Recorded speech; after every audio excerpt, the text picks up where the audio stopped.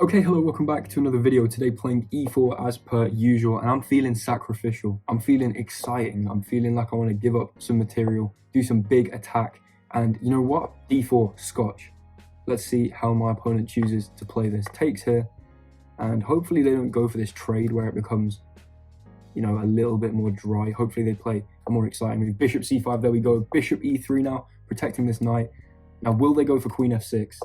They do, meaning I can play the greatest line in all of chess, knight b5, the Blumenfeld attack. Not playing any boring c3 ideas, stabilizing that knight there. That is the mainline theory. No, we play the Blumenfeld attack. My opponent takes, we will recapture. And now I know so much theory in this. I have a video called, I believe I have 100% win rate in this opening, which was true at the time. I since lost in a couple of bullet games with this opening. Bit upsetting. However, this opening is crazy. There are three main moves here. Queen h4 check. You've got queen d8 and also queen takes b2, which looks very appetizing. Queen takes b2 is actually a blunder. My opponent goes for queen d8 check, the second best move, where we can now play queen to g4, attacking that g7 square. The best move here for my opponent, believe it or not, being king to f8. I know this just because this is preparation. There is no way in the world my opponent plays king f8 here. No one else has ever done that against me. There we go, g6, and now we take a calm step across to f4.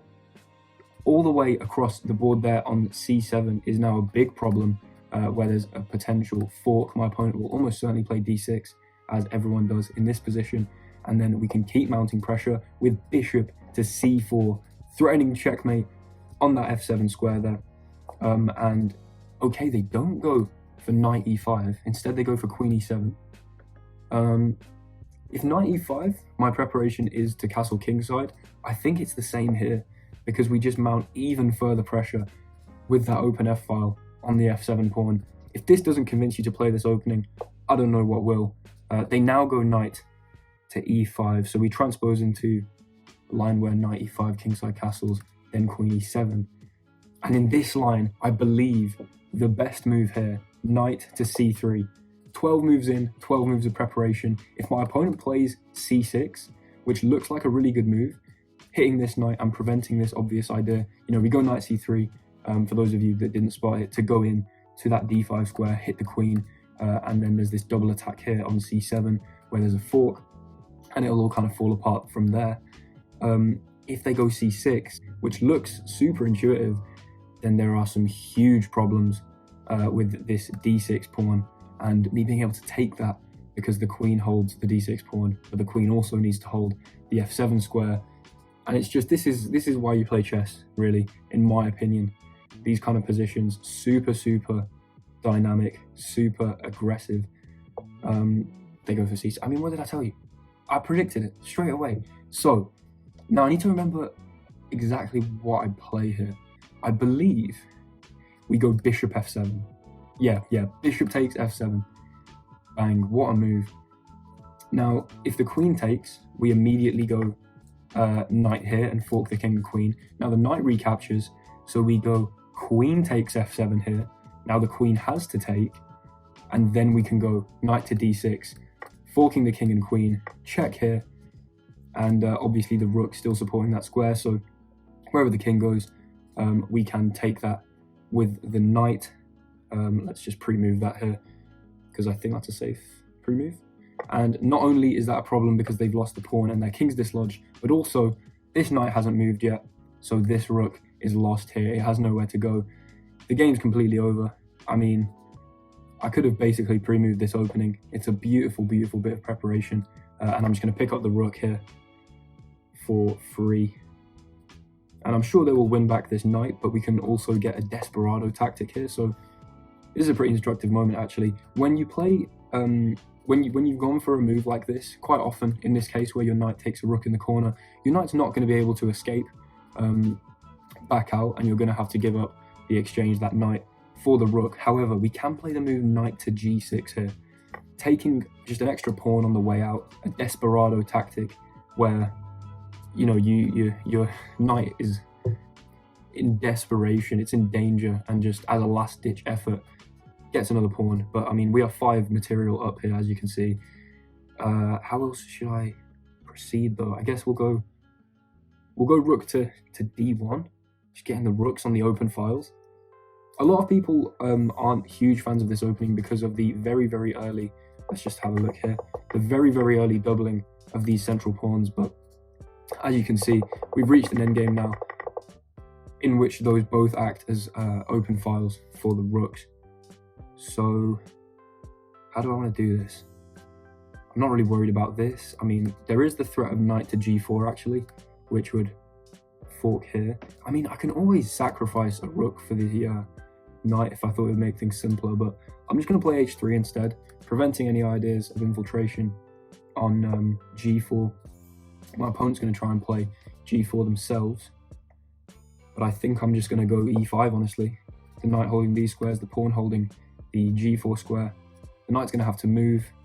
Maybe it goes to h5, but I don't see how active it is from there. I can maybe even play king h2 just to hold that g3 square. And after the knight moves, I mean, we can put our own knight on e4 and then outpost it on either of these squares, but okay, we can just take this now. Trading off into the inevitably won endgame. And again, I could take this bishop, pawn recaptures, and maybe like rook f6 to play. I mean, that looks kind of enticing actually. Rook takes bishop, just so I don't have to worry about anything really. Rook takes bishop, pawn takes, rook f6. Then if we see like, I don't know, rook d8, I could even go rook here. Takes, takes, takes. And I'm just going to go up and win this pawn. Yeah, this simplifies into a winning endgame. We might as well go for it.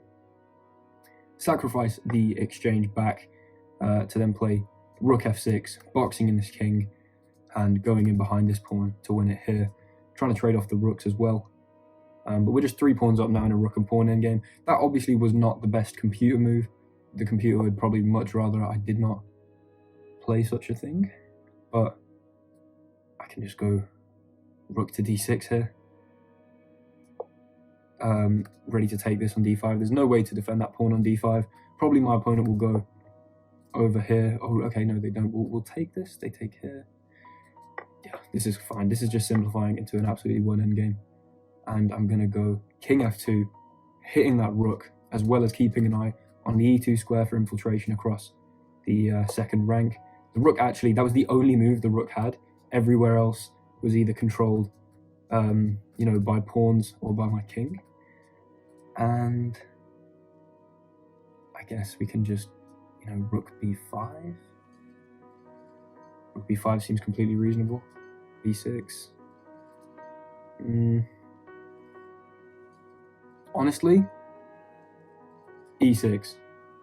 Hanging this pawn in multiple ways, but just to take this pawn here on the g5 square, because then I've got 2 passed pawns here, connected passed pawns as well, and my king is with them, so it's going to be super easy to win from there. I think I may have made this a little harder for myself than I needed to though, but let's take a sip of water. Always drink your water. They go g4. Now I can go check. Oh, I didn't even think about that. Check, you take, I take here.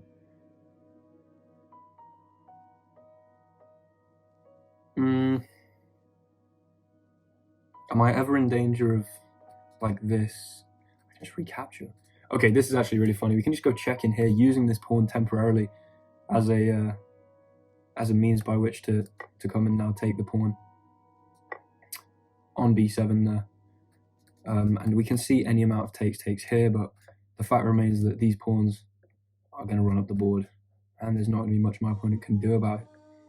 But they are playing on, which is absolutely their right to do so. Okay, the pawn gets pushed. I'm just going to take here, honestly. The rook will probably recapture. And then,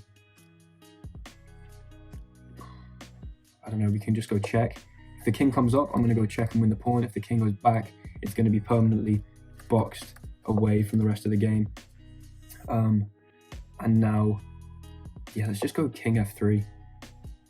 The rook's probably going to go to, you know, one of these squares over here.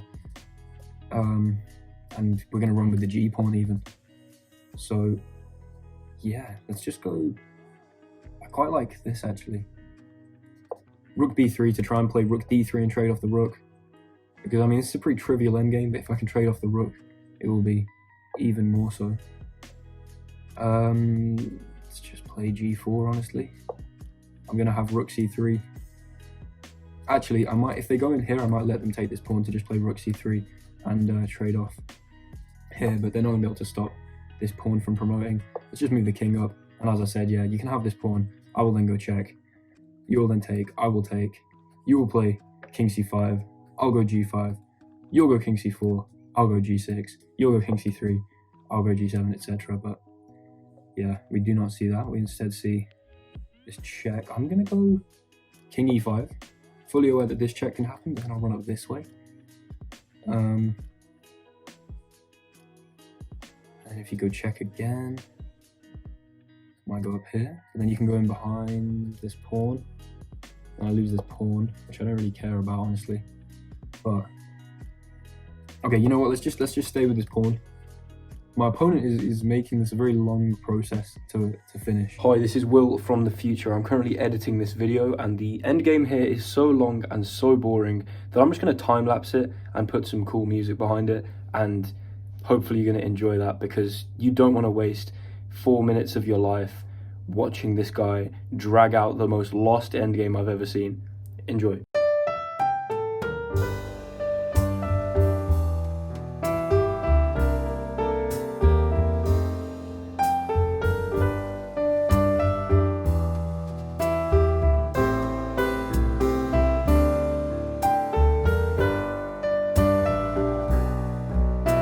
So I mean, we're at the point where we're going to promote the pawn next move. If my opponent takes on a2, then it is checkmate in 1 with a promotion to rook or queen on g8. They have to go rook g2. And yeah, there we see resignation. Okay, after they played that losing endgame for about 15 minutes of their life, we won a completely winning game from the opening preparation.